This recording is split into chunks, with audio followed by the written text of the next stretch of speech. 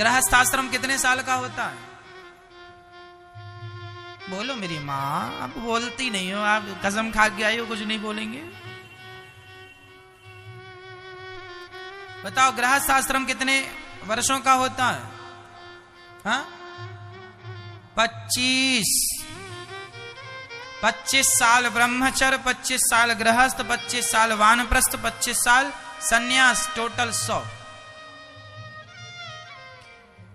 50 साल तक गृहस्थ में रहो, 50 के बाद उम्र इशारा करने लगती है। देखो ना, 50 के बाद 51 जाओ वन, 52 जाओ वन, पर कोई नहीं जाता वन वन।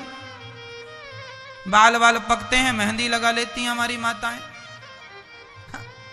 नहीं महाराज, हम बुढ़े थोड़ी हैं, हमें आंटी ना कहो ना, अभी तो तुम छोटी सी दूध पीती हो अपनी माँ का। हाँ,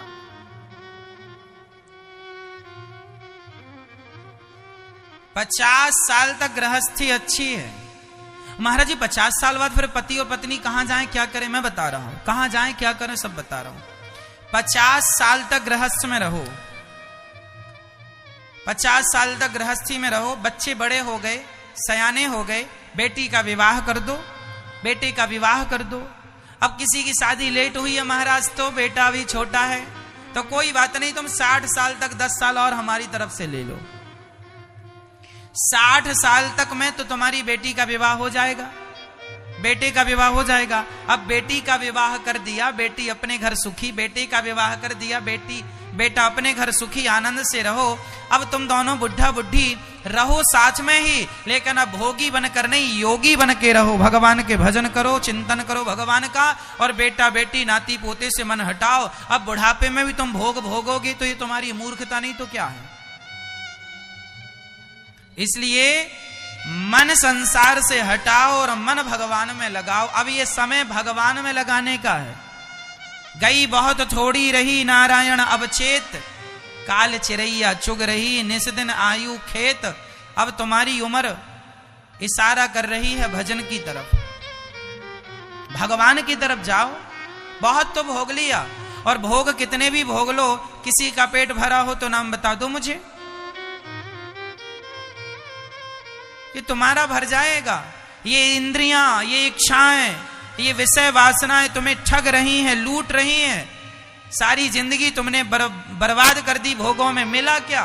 जरा सा सुख मिलना था, उस जरा से सुख के लिए सारा दुख मोल लेते रहे, लेते रहे, लेते रहे। क्या बताएं कितनी दुर्गति होती है मनुष्य की। भजन करता नहीं है, जरूरत से ज्यादा भोग भोग लोगे, समय के पहले बुढ़े हो जाओगे, समय के पहले मर जाओगे।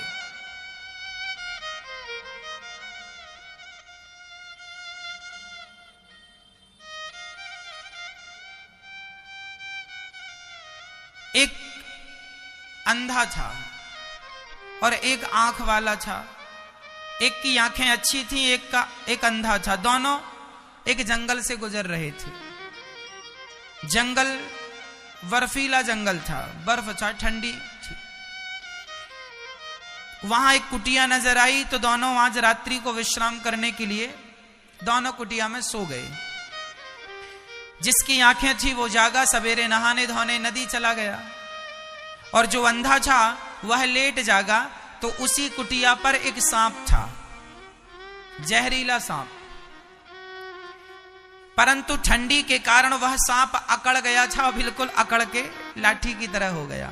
अंधे आदमी की नींद खुली तो वो अपनी लाठी ढूंढने लगा, तो लाठी तो मिली नहीं, अकड़ा हुआ सांप मिल गया। और सांप मिला तो उसने सांप को लाठी बना ली और सांप को लेके चलने लगा, क्योंकि सांप बिल्कुल लाठी की तरह अकड़ गया था। बर्फ का वहां मौसम था, ठंडी। अब आंख वाला नदी से नहा के आया, बोला अरे भैया ये लाठी फेंक दे, ये सांप है। अंधा बोला अच्छा, हमारी लाठी बहुत अच्छी चिकनी चिकनी है, लगता तुम्हारी नियत आ गई कि हम फेंके और तुम उठा लो। हम अंधे हैं मतलब बेवकूफ थोड़ी है, हम नहीं फेंकेंगे। और तुम हमें पागल समझ रहे हो, हम फेंक दें तुम उठा लो, तुम्हारी नियत खोटी हो गई। आंख वाले ने समझाया, अंधा नहीं माना, आंख वाले को डांट के भगा दिया, आंख वाला चला गया।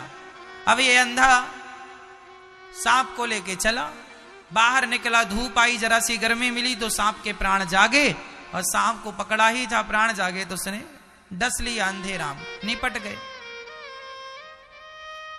कारण क्या है? तुमने पकड़ा किसे है? जिसे तुमने लाठी समझी है वो क्या है? सांप है। जिस पत्नी को, जिस पति को, जिन भोगों को तुम अमृत समझते हो, भैया वो अमृत नहीं है, वह जहर है जिसे तुमने पकड़ रखा है। समझा रहे हैं गुरुजी, छोड़ दो भोगों को, नहीं छूटता, अंत में मारे जाओगे। वही भोग, वही तुम्हारे विषय तुम्हें नष्ट कर देंगे। इसलिए हर चीज की एक सीमा है, हर चीज का एक वक्त है, समय है। कितना समय गृहस्थ को दें, कितना समय भगवान को दें, कितना समय पढ़ाई को दें, कितना समय किसको दें, एक सबका एक समय निश्चित है। क्यों जी? इसलिए 50-60 साल तक गृहस्थी के सारे कर्तव्य पूरे कर लो, और जो उम्र अब बची है 60 के बाद, उस प्रत्येक श्वास में भगवान का नाम लिख दो। प्रभु मैंने अपनी हर श्वास आपके नाम समर्पित कर दी, तेरा तुझको अर्पण क्या लागे मेरा। लेकिन विडंबना तो यह है कि आज बूढ़े बूढ़े लोग भी समर्पण कर नहीं पाते। सिर हिल रहा है फिर भी अकड़ नहीं जा रही है, फिर भी गुस्सा आता बुढ़ऊ को। बिल्कुल बुढ़े हैं, आज मरे की काल पता नहीं, लेकिन गुस्सा बहुत आ रहा है। ये बूढ़ी बूढ़ी मैयाएं, रस्सी जल गई पर बुढ़ापा आ गया, पर देखो जरा अभी भी गुर्राती है।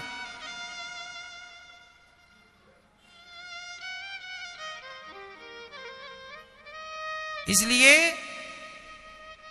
अकड़ नहीं, बुढ़ापा आ गया, समझदारी से चलो। अब गुस्सा तुम्हारे लिए शोभायमान नहीं है, गुस्से को छोड़ दो, अहंकार को छोड़ दो, काम वासनाओं को छोड़ दो, क्रोध को छोड़ दो, मोह और ममता, बेटा बेटी, मेरा मेरी, नाती पोता सब छोड़ दो।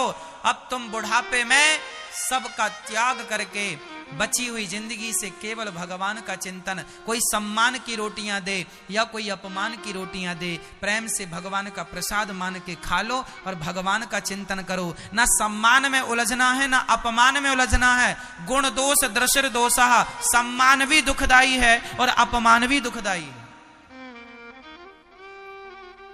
सम्मान भी बांधता है और अपमान भी बांधता है। चलो मैं समझाता हूं। यदि मैंने आपका सम्मान कर दिया तो भी आपको लगेगा मेरा सम्मान किया है, मेरा सम्मान हुआ है, फलानी जगह सम्मान हुआ है। आपको अहंकार भी आएगा कि मैं तो सम्माननीय हूं, एटीट्यूड जागेगा।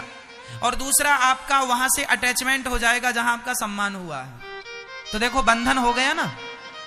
और अपमान, यदि आपके किसी व्यक्ति ने अपमान कर दिया, परिवार के किसी सदस्य ने, तो बार बार आपका मन वहीं वहीं जाएगा, मेरा अपमान कर दिया। अब आप रोएंगे, बिना बात के बुढ़ापे में रो रहे हैं। ये आंसू तुम भगवान के लिए बहाते तो भगवान मिल जाते, जो तुम फिजूल में बहा रहे हो। मेरा अपमान, अरे भैया तुम काहे, इसलिए कहता हूं अपमान को छोड़ दो। कोई हमें 1 लाख गाली दे दे तो भैया एक और दे दे, इतना बोला है एक और बोल दे। अपमान और सम्मान, देखो 25-50 साल तक ठीक है कि तुमने अपमान का बदला दिया, सम्मान का भी इजहार किया, सम्मान का भी बदला दिया लिया, ठीक है। पर अब बुढ़ापा आ गया है, अब उलझना नहीं है। अब तो जैसे हो सके सुलझो, अब उलझने का वक्त नहीं है। अब तो क्यों मैया, अब तो जा रही है। कौन जा रही है? उम्र जा रही है। अब तो उम्र जा रही है, अब उलझने का समय बचा नहीं। अब तो क्या मेरी मां, सुलझ जाओ। अब तो बहू से उलझो नहीं, बहू से उलझो नहीं, बहू से सुलझो। बेटे से उलझो नहीं, बेटे से। परिवार से उलझो नहीं, परिवार से। 50-60 साल तक उलझे ही तो उलझे हो। अब चलो उलझे हो, अब सुलझा लो। और सुलझाकर बेटी बेटा पति पत्नी सबका मोह ममता छोड़कर, पैसे कौड़ी से मोह ममता छोड़कर अपने मन को केवल भगवान के चरणों में अर्पित कर दो। यही जीवन की सार्थकता है। तो लोक परलोक दोनों बनेंगे। और बुढ़ापे में भी कई लोग मेरा बेटा बेटा नाती का, एक बड़हू मर रहे थे और डॉक्टर ने कहा 2 घंटे में मर जाएंगे। अब 2 घंटे बचे हैं तो उनने 2 घंटे में क्या, मेरा बेटा बुला दो, मेरा बेटा मेरी बेटी को बुला दो, देख लूं। सारी जिंदगी देखा है लेकिन देखो मरते समय भी बेटा बेटी को देख रहा, कितना पापी है। अरे ये ममता ही तो छोड़ने तुम सत्संग कर रही हो मेरी मां। ये ममता तुमसे ना छूटी तो तुम्हारा मनुष्य होना बेकार है। मनुष्य का शरीर तुम्हें ईश्वर ने क्यों दिया है कि ममता छोड़ सको। अरे मैं कुत्ते को नहीं समझा सकता, मैं बिल्ली की ममता नहीं छुड़ा सकता, मैं शेरनी और जंगल के जीव जंतुओं की ममता नहीं छुड़ा सकता, क्योंकि वो समझदार नहीं है। पर तुम मनुष्य समझदार हो, और मनुष्य होकर भी तुम मरने के पहले मोह ममता छोड़ के भगवान में मन ना लगाए, तो फिर बिल्ली में और तुम में, सुअर में और तुम में, कुत्ता में और तुम में, बंदर में और तुम में अंतर क्या है ये बताओ। सबसे ज्यादा प्यार, सबसे ज्यादा मोह ममता बंदरिया करती है अपने बच्चे से। आपको पता है बंदरिया अपने बच्चे को छाती से लगाए रहती है, और बंदरिया का बच्चा मर जाता है तो मरे हुए बच्चे को भी छाती से लगाए रहती है। तब तक लगाए रहती है जब तक उसका बच्चा गल गल के सड़ सड़ के गिर नहीं जाता। इतनी ममता होती है बंदरिया की, आप देख लेना कभी। मरे हुए बच्चे को कई हफ्ते तक गले से लगाए रहती है, बिल्कुल सड़े बच्चे को। इतनी ममता होती है बंदरिया की, उसे कोई समझा नहीं सकता। लेकिन तुम इंसान हो, तुम्हें हम समझा सकते हैं, और इंसान होके भी तुम्हें ना समझे तो उस बंदरिया से ज्यादा बुद्धि फिर नहीं है तुम्हारी। इसलिए मोह ममता को ही छोड़ना है। इसलिए विधाता ने तुम्हें विशेष रूप से मनुष्य बनाया। बेटा बेटी काम नहीं आएंगे, कितना भी याद कर लो, काम कौन आएगा। भगवान का नाम अजामिल ने मरते समय बोला नारायण। क्या बोला अजामिल ने? फिर बेटा काम आया, पुकारा बेटे को ही था, बेटा नारायण। बेटे ने तो सुना नहीं, परमपिता ने सुन लिया। कोई काम नहीं आएगा मेरी मां। तुम्हारे बेटे तुम्हें शमशान ले जाके चिता में रख के जला देंगे, यहां तक काम आएंगे। वो आग लगाएगा, तुम्हारा परिवार, तुम्हारे घर वाले रोते बिलखते रह जाएंगे। जमाना अर्थी पे उठा के चल पड़ेगा, चिता पे रख के जला देगा, खत्म कहानी। ये जो मोह ममता है, तुम नहीं छोड़ती हो मोह ममता या नहीं छोड़ते हो, तो क्या तुम्हारे नहीं छोड़ने से नहीं छोड़नी पड़ेगी क्या? मेरे इस प्रश्न का उत्तर दो।